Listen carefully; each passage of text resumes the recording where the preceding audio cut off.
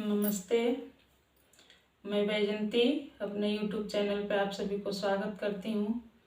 आज मैं बहुत ही प्यारा विवाह गीत लेकर आई हूँ। बेटी विवाह का गीत है, तो आशा करती हूँ आप सबको अच्छा लगेगा। अगर अच्छा लगेगा, पसंद आएगा तो शेयर सब्सक्राइब कीजिएगा और कमेंट बॉक्स में ज़रूर बताइएगा।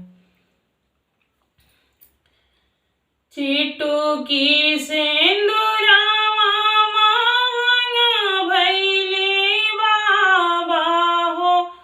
चुनरी भइले अनमोल हो। चिट्टू की सिंदूरवा महंगा भइले बाबा हो।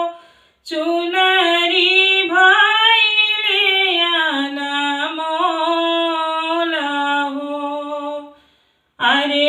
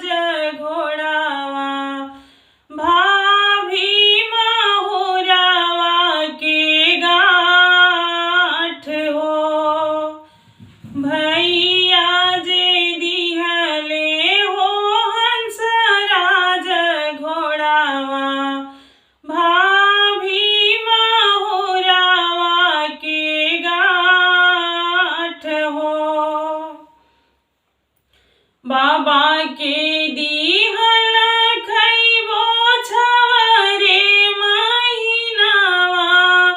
फाटी जइहे लहर पटोर हो।